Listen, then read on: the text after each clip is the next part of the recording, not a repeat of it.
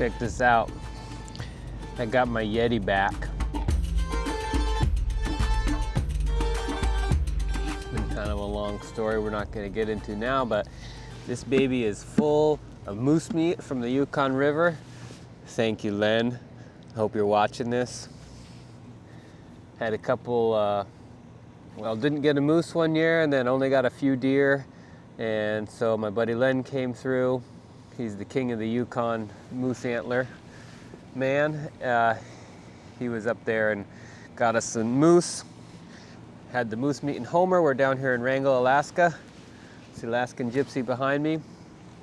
Welcome, I'm Scott Dickerson, and I got to get this cooler full of moose meat into the boat, into the freezer. So here we go.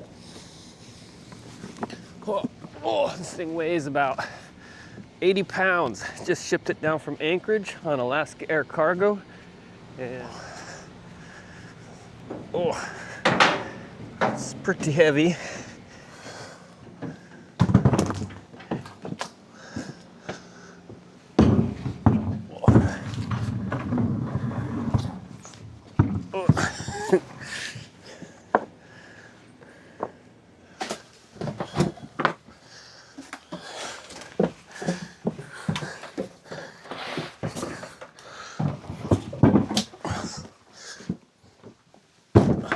Okay, I got it on board the Gypsy. 80 pounds of moose meat. Problem is, I tore the chest freezer out, and when I was tearing it out, I had to cut the wire off of it. So, but I got a new one. Where'd I put that thing? I got a new wire to put on there. It's going to be a little longer this time so that I can actually pull the freezer out without having to cut the wire off. If I can find that thing. Just got it at the store. But anyhow, take a look at this. It's been raining for 2 days. Look at it now. Beautiful. It's really nice. The southeast weather, I gotta tell you, I grew up in south central Alaska, and people complain about the weather in southeast. Apparently it rains a lot, but one thing is for sure is it's pretty warm, and so far, it's been very mild too. Even when the weather's bad here, it's not that bad. So here's our situation. Here's a chest freezer. I got it stuck back in there. And here's the wire. It was actually kind of a custom wiring job. They were soldered, shrink tubed, and it had this plug on it. The wire was threaded down in through this board under the floorboards into this plug-in down here. So, but unfortunately it didn't give enough room to actually slide the freezer out, because you know what? This freezer was never meant to come out. I measured it. There's no way it's going to fit through these doors. Bill, previous owner of the Gypsy, he figures they must have hung that freezer up on a crane and then built the cabin all around it. Because there's just no way that thing, if it has to come out, if that freezer gives up the ghost on us, I'm going to have to cut it in half or something. Oh, there's my cord. Here's my new extension cord. Ace Hardware, 6-foot bare stub. What do they call this thing? General purpose replacement cord. I'm going to make it long enough in here so that I can move the freezer without having to redo the wiring. Also, this is going to be a smaller plug. This one is smaller than this one, and this one will pull through the holes in the plywood and everything that the other one didn't fit through. So I got my, it's probably like a 1980s Weller soldering gun. It was here in the Alaskan Gypsy workshop. I got some solder wire. I got some shrink tube even. And I'm gonna solder this thing back together. Just gotta find the shrink tube. Stand by. Cut. How do you cut this thing? Okay, let's think this through. Before I solder this wire together, I better make sure that I'm not making this harder for myself. So if I solder it together now, I have to thread it all the way through from the freezer down through there, down to there. If I thread that little wire stub through first, this little guy here, if I thread that down through, that'll be easy. And then I could do my soldering right here, which ergonomically looks really nice. Do my soldering down there under the floor. I think that's what I'm going to do. So I'm going to see if I can get this careful hot soldering iron. If I can get this wire to come down through here. And then, so let's see. There's a hole in my bucket. There Liza, there Liza. There's a hole in my plywood. Can I reach it? I found a hole, but oh yeah, there we go. Look, wire's coming out. Oh, if I can get this, hold through there. Whoa. Oh.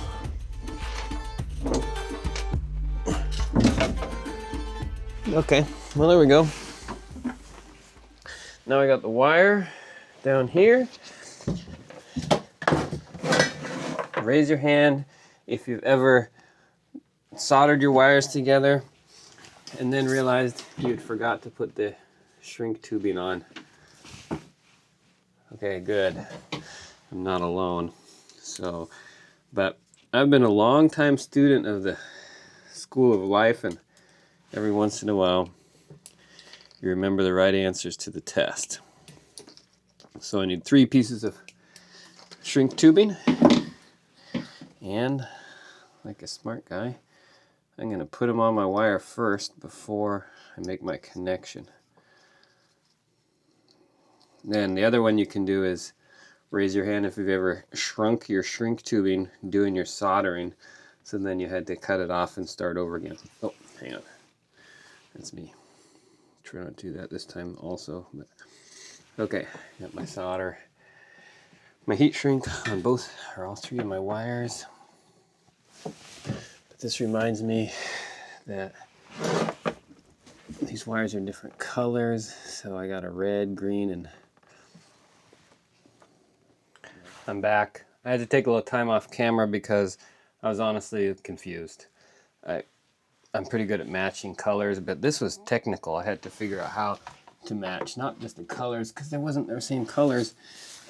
I wanted to make sure that the plug that was on the boat with this freezer, I wanted to make sure I hooked the wires up the same way, because I think I already told you that this freezer, it won't fit out of the boat. It's stuck in here, and I don't want it to die.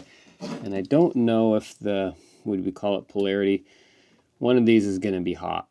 And I wanted to set it up the same way that it was before. Whether it's right or wrong, I don't need to know. I just want it set up the same way. So I got my soldering paste, and I'm no expert solderer at all. I'm just not afraid to try. So this looks a little dirty. I'm going to heat this paste up on here. I think this is how you get the wire nice and ready for solder. Yeah, and then got my solder over here, and let's see if I can get, I think they call this wetting it out or something, when you get the what you're going to solder, you get it soaked in solder before you actually go to do the soldering. I need to get a little solder on my tip. I'm sure there's people that know a lot more about solder out there watching this than me, but let's see if I can get it done or not. So I'm wetting this out. That looks pretty good. That one's done. Let's dip this one in the solder paste. Get it nice and hot. And let's see if we can wet it out. Oh yeah, that one looked good. Must have been cleaner. one new from the store, but it had a little bit of corrosion on that wire. It looked like probably been sitting in the Ace Hardware in Wrangell for about 5 years, maybe 20 years. Let's see. Getting this one soaked, wetted, whatever. Okay, so there I got my 3 wires for my new cord, and I got my old cord down there.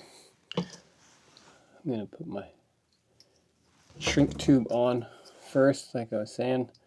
I've made this mistake a lot of times before, hoping not to do it again right now, where you solder your thing together and then realize you forgot to put the shrink tube on. Okay, let's see if I can reach down here. So I'm doing my short one to the short, long wire. Now this is where it gets tricky, right? You need like 3 hands. So I need to hold those wires together. I'm going to shorten this one a little bit. And I'll try and give you a better angle for this super intense action shot of soldering. Just kind of boring, but if you're a person who thinks you might end up doing this someday, or know that you need to do it, you might actually find this kind of interesting. Let's see if I can get this little camera to sit down here. Look at that. Got the camera down there, and I got this little clampy arm. It's going to hold that for me. So I'm going long to short wire, which is actually kind of confusing. Well, here we go. Look, I'm trying to solder it without the solder iron. Delete. So I'm going to get this one hot. Get a nice bead of solder on it. And then hopefully I can just kind of melt these two together.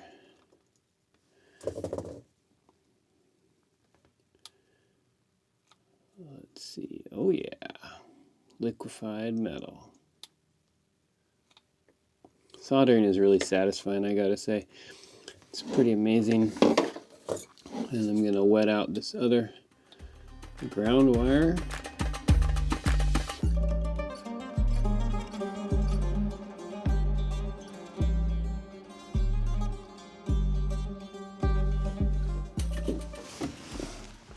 Okay, here we go.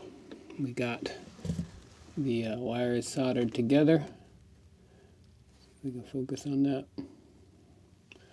And now it's time to get that shrink tube in there. And I should probably do a test. Well, I don't want to plug it in actually, because those wires are a little exposed.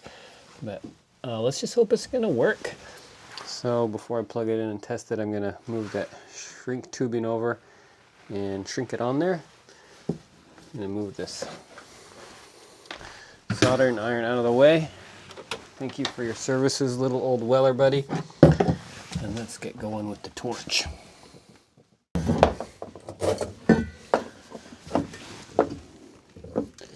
That clamp worked good. Slide the shrink tube over the connections. There we go. Got all my wires covered up. Oh, that one's, there we go. Better centered. Here comes the torch.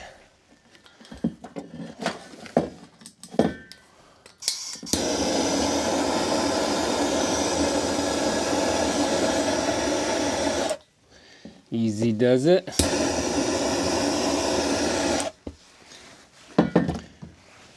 Doesn't take much with the blowtorch.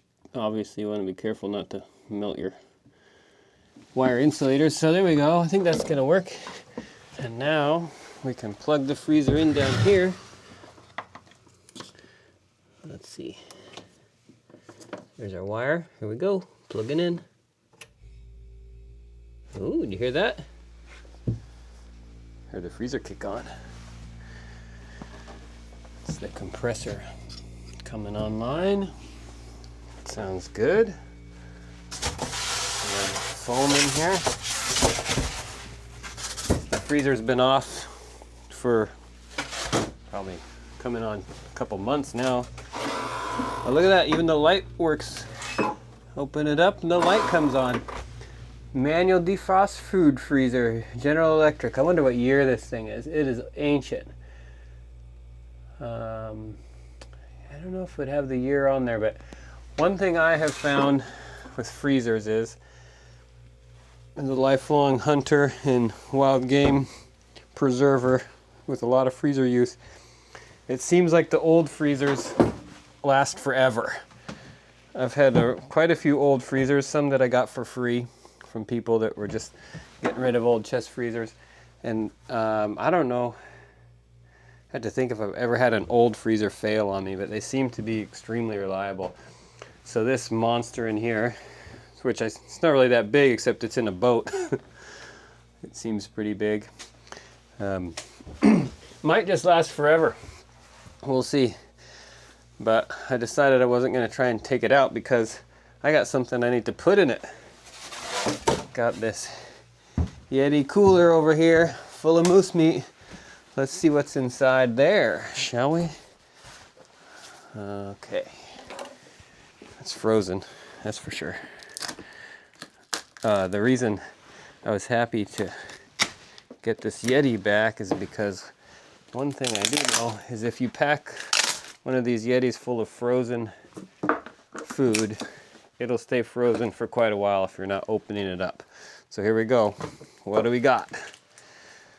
Is it frozen still? Oh yeah, rock hard. Moose brisket from April of 25. Deer brisket.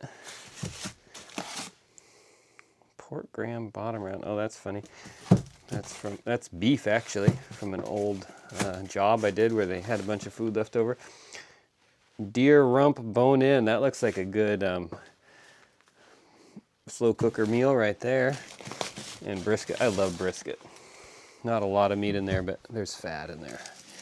Deer rump bone in. I've been doing most of my deer roasts with the bones in them. Another deer rump bone in. Deer fatty backstrap. Ooh! Party meal right there. There's a bunch of moose burger. Not all that much. Oh man, look at that. A ribeye even. Holy cow. Don't tell Audrey. Some moose liver. Another moose brisket. Some more moose liver. And some more little burger. Len packed this for me. He didn't really send that much moose meat. A lot of deer, which is good because eat this deer up and then you'll get a fresh one.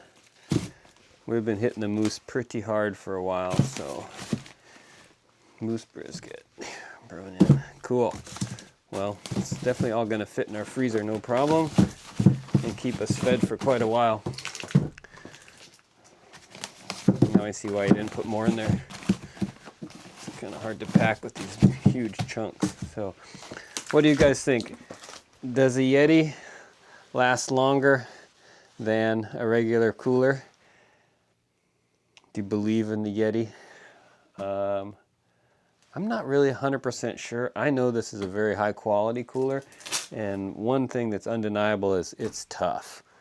Whether it has magical powers that warrant the extra cost to keep things cold, I'm not really sure. It has a lot of nice features. These pull tops or whatever fasteners are very, very rugged. They don't break. It has a tough hinge system on it. This is not like your little cheap Walmart cooler hinge that tends to break off on you. This thing, I don't think these hinges will ever break on me. So that's something. When you need it, it works, that's for sure. And then another feature I know really helps is it's got a really good seal around it and a rubber gasket there. And that, obviously, stopping any air leakage is a big part of the thing. These ones also had this bear certification. This is a pretty old cooler. I did some photo work with Yeti back in the day, and I think that, truth be told, I think I got this cooler for free. I don't think I had it in my budget to buy one, but I'm happy to have it, and it'll be great to have here on the Alaskan Gypsy. If our chest freezer ever goes out, we can put our precious stuff in there, keep it frozen. So there you go. Let's check on that freezer, make sure it's still running. Just listen. Yep. Old GE with the foam lid. They spray foam the top of it. That's kind of interesting, huh? Looks like they might have had a foam panel stuck on it here too. Which is interesting, you know, because what I actually feel there is warmth. Kind of makes you wonder if insulating your sidewalls on your freezer does it actually trap the heat from the refrigerant inside. I don't really know. I bet insulating the lid helps, but maybe someone can tell us in the comments whether putting a blanket around your freezer, does that actually help it run more efficiently? I'm honestly questioning this whole thing a little bit. Should we keep this giant freezer on here? It's a lot of freezer to keep frozen. Kind of will commit us to keeping the power on long enough every day, or at least probably every day, to keep that thing down at temperature. I wonder if it wouldn't be more wise to just have less dependence on power, less dependence on freezer, more canning, more drying, and more, honestly, I aspire to just hunt more often. Don't think I'm going to go hunting once in the year and catch all my whole season worth of meat. I'd rather go and hunt more often. Keep it fresh. Like someone told me, keep it on the hoof. Check out this view out here. Oh my gosh. It is a beautiful evening in Wrangell, Alaska. We're here in the Marine Services Shipyard. It just rained for 2 days. The rain stopped. Sky's broken open. It is looking gorgeous out there. I think I might have to go get the camera and go do some time lapses or photos. That is so pretty. I should be welding, but I need to demo before I weld. And even though I had 2 days of rain, I didn't get everything inside that I needed to get done. So I'm not ready to weld. Uh-oh. I did catch up on some computer work that needed done, and I got a lot of tidying up in the boat done. You wouldn't know looking around, but I was doing a lot of organizing. I organized quite a bit in the shop, actually. Here we are. The workshop, it's still a total mess, but I started working on it, and I got a long ways to go, but I do have some shelf exposed, some workbench exposed, and what I need to start thinking about is how I'm going to make this space efficient for me. What tools I'm going to have in here, how I'm going to organize them, what supplies I'll stock in here. And I'm a little tempted just to try and gut the whole thing and rethink it, but there's a lot of value in here in these drawers. There's nice drawer sliders. They work good. They have a pretty crude locking system on them, but it works. There's just a bolt drop down through this thick plywood bench top to keep those, and on these bottom drawers there's just a simple lock. It's crude but functional. I'd like to modernize this whole thing a bit and think about how to really make it optimized. It's not very well optimized. Partially that's because it's just disorganized, and partially it's because it hasn't really been thoughtfully designed with a real specific purpose in mind, which I don't think I'm ready to do yet either, but I want to start thinking about it, and I would love to hear from you if you got any tips on great ways to organize a workshop in a boat. I'm going to be doing welding, some woodworking, remote land maintenance stuff. I need to be able to have a good welder system, some basic woodworking tools, paints and finishes, hardware, nuts and bolts. There's a bunch of that stuff over here. I'm going to do a full little workshop video, but that's what I've been doing the last couple days. Some of that organizing, trying to find the benches so I can even think about organizing them. Okay, time to get to work or go take some photos in that beautiful light.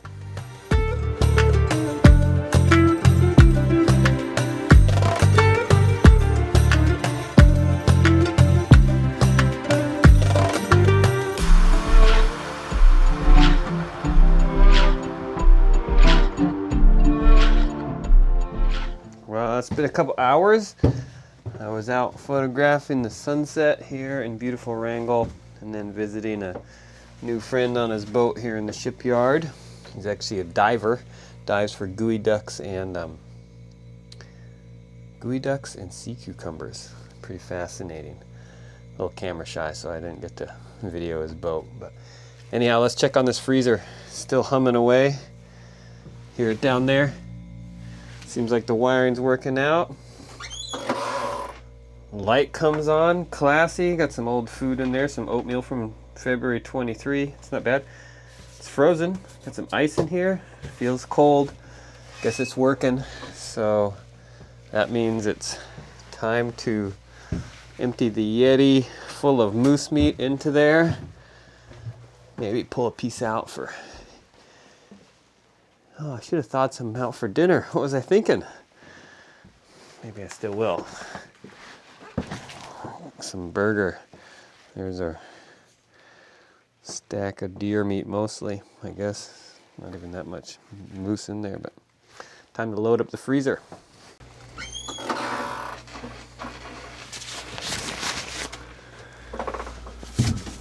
I don't have any good organization system in place, so I'm just gonna pile this stuff in here. So I'm gonna prop the door open. Bottom round steak, moose brisket,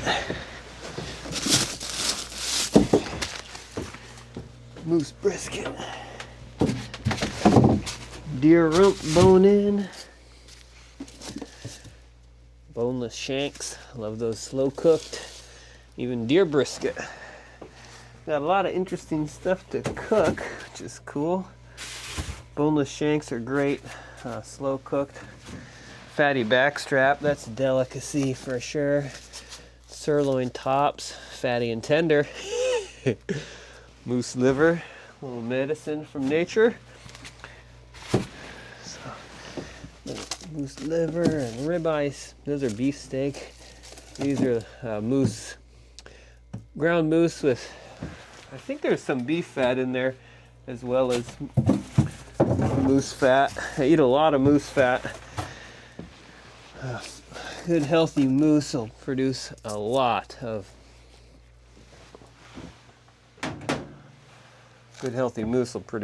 fat, and I just blend it right in with the burger.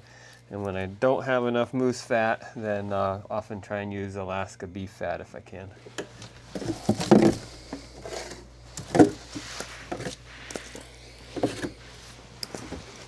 Empty cooler. Meat in the freezer. It's a good day until we can go hunting again. Been too busy working on the boat to look into it very much, but I see deer along the side of the road here, so it can't be too hard.